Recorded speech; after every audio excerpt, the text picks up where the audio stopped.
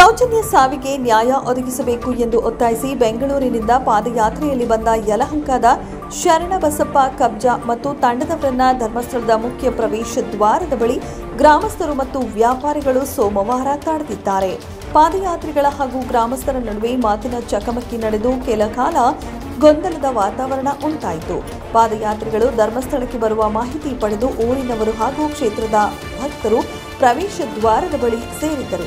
ಈ ಪಾದಯಾತ್ರಿಗಳು 2 ದಿನಗಳ ಹಿಂದೆ ಸಾಮಾಜಿಕ ಜಾಲತಾಣಗಳಲ್ಲಿ ಧರ್ಮಸ್ಥಳ ಕ್ಷೇತ್ರದ ಮತ್ತು ಧರ್ಮಾಧಿಕಾರಿ ಡಿ ವೀರೇಂದ್ರ ಹೆಗ್ಡೆ ಅವರ ಕುರಿತು ಆಕ್ಷೇಪಾರ್ಹವಾದ ಮಾತುಗಳನ್ನು ಬಳಸಿ ನಿಂದಿಸಿದ್ದಾರೆ ಎಂದು ಆರೋಪಿಸಿದ ಗ್ರಾಮಸ್ಥರು ಶರಣಬಸಪ್ಪ ಅವರನ್ನ ತರಾಟೆಗೆ ತೆಗೆದುಕೊಂಡರು.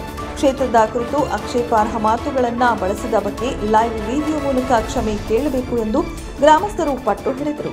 ಪಾದಯಾತ್ರಿಗಳು ಮತ್ತು ಗ್ರಾಮಸ್ಥರ ನಡುವೆ ಮಾತಿನ ಚಕಮಕಿ ನಡೆಯುತ್ತಿರುವ ಮಾಹಿತಿ ಪಡೆದ ಪೊಲೀಸರು ಸ್ಥಳಕ್ಕೆ ಧಾವಿಸಿದರು. ಪಾದಯಾತ್ರಿಗಳನ್ನ ಠಾಣೆಗೆ ಕರೆದೊಯ್ದರು. ಸದ್ಯ ಈ ಘಟನೆ ಬಗ್ಗೆ ಯಾವುದೇ ಪ್ರಕರಣ ದಾಖಲಾಗಿಲ್ಲ ಎಂದು ಪೊಲೀಸ್ ಮೂಲಗಳು ತಿಳಿಸಿವೆ.